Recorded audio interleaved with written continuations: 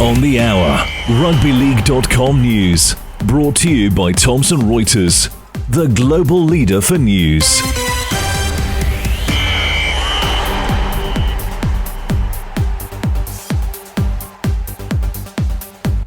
Coming up, Dogs celebrate 90th anniversary with incredible come-from-behind victory over the Roosters. Zach Lomax warms up for Origin, scoring a double in Parramatta's win on the road against Newcastle, and the pressure back on Steve McNamara after Catalan Dragons' crushing loss at St Helens.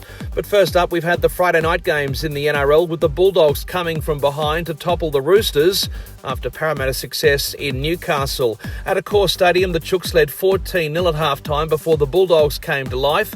Critically, Matt Burton's try in the 73rd minute gave the Dogs the lead for the second time.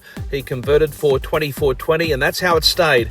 Canterbury scoring 4 tries to 3, those 4-pointers coming from Viliami Kikau, Toby Sexton, Bronson Sherry and Burton, who was outstanding for the Dogs. He also booted 4 goals. For the Roosters, who were valiant in defeat, Mark Nwanganitawase opened the scoring inside 5 minutes, and his second 4-pointer was one of the best solo tries you'll ever see.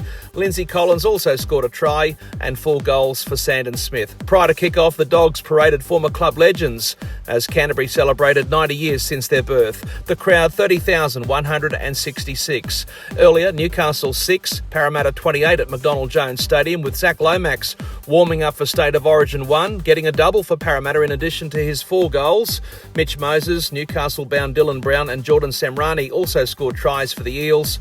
2 of those tries, by the way, coming when Newcastle had Kai Pearce-Paul in the sin bin for ill discipline. For the Knights, James Schiller, their only try scorer, Kalen Ponga 1 goal. Parramatta led 10-0 at half-time, and the crowd 20,125. Post-match, a presentation for Newcastle's former Queensland Origin hero, Dane Gagai, after he'd played his 300th game in the top grade.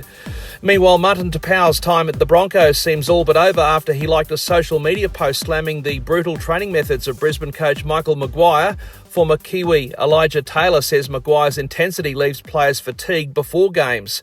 Tapau's support suggests the honeymoon for Madge is now over, and for poor old Marty, no hope it seems now of getting a contract extension.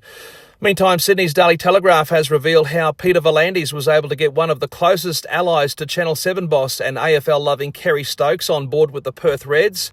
Anthony DeSegli has a history working for Stokes in his media empire, but now he's got the job as CEO of the Bears in the hope he can convince WA AFL supporters about the Bears and more broadly rugby league. In the countdown to Origin 1, Tigers enforcer Terrell May has declared he won't be picked in Laurie Daly's New South Wales squad.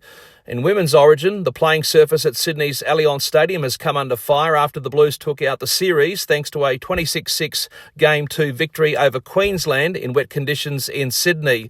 And following a New South Wales Rugby League investigation after those match officials walked off the field at Hay last Sunday amid claims of abuse from spectators, the league has apparently decided that the Group 20 game between Hay and Yenda can be replayed, but no mention at this stage if anyone's been suspended or fined.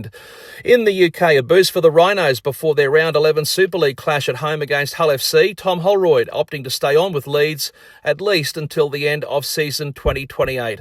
Meanwhile, the pressure's back on Catalan Dragons coach Steve McNamara after his team's Super League hammering at St Helens. Saints romping home 40 points to 0 after leading 24-zip at the break. The result takes the pressure off Saints coach Paul Wellens, at least for now. But a different story, of course, in the south of France, where long-serving coach McNamara is facing the prospect of another fade-out, despite boasting a roster stacked with stars. In other news in the UK, Salford City Council have pulled out of talks with financially embattled Salford Red Devils over the club's attempt to buy the Salford Community Stadium. The Red Devils say they're deeply disappointed by what they call a unilateral decision. They also say it will only impact negatively on their team, the stadium, the community and their fans.